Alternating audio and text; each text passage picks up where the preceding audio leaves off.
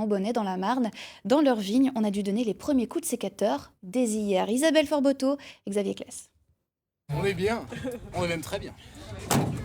Ils partent en intervention et ce matin l'urgence est dans les vignes. Le pinot noir des parcelles de la famille Beaufort ne peut plus attendre. Bon alors on n'oublie surtout pas là pour le tri parce que donc il y a des barrets qui sont un peu flétris, on ramasse tout ça. L'état sanitaire est très bon mais le tri est nécessaire car les parcelles sont assez hétérogènes. Certaines baies sont très mûres et commencent même à éclater. D'autres demandent encore un peu de temps. Sur cette vigne en particulier, la vendange arrive même un peu tard. Certaines grappes sont mûres, les grains commencent à tomber, ils sont même flétris.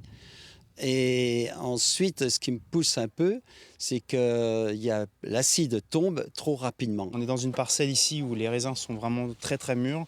Honnêtement, je suis sûr qu'on dépasse là les 11 degrés potentiels en alcool. Pourtant, on est en vendange anticipée. Au niveau du goût des grains, on sent déjà que l'acidité est déjà partie. Donc celui-là, malheureusement, je pense qu'on va plutôt l'utiliser et le destiner à faire un vin rouge, un Coteaux Champenois, un Ambonnay rouge. Vendanger un 17 août est une grande première chez ces vignerons et pour l'équipe de vendangeurs à leur côté. Des habitués pour beaucoup qui retrouvent le plaisir de la pause casse-croûte.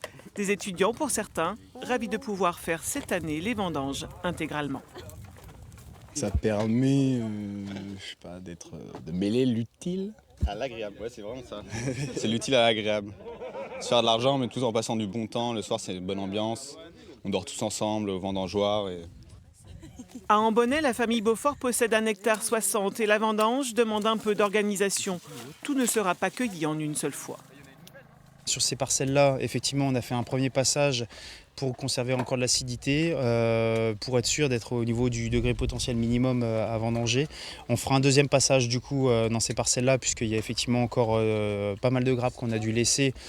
Pas beaucoup, mais il y en a quand même encore suffisamment pour faire quelques bonnes bouteilles. Une organisation qui sera différente sur les 5 hectares situés dans l'Aube, des parcelles beaucoup plus homogènes et une récolte qui débutera début de semaine prochaine.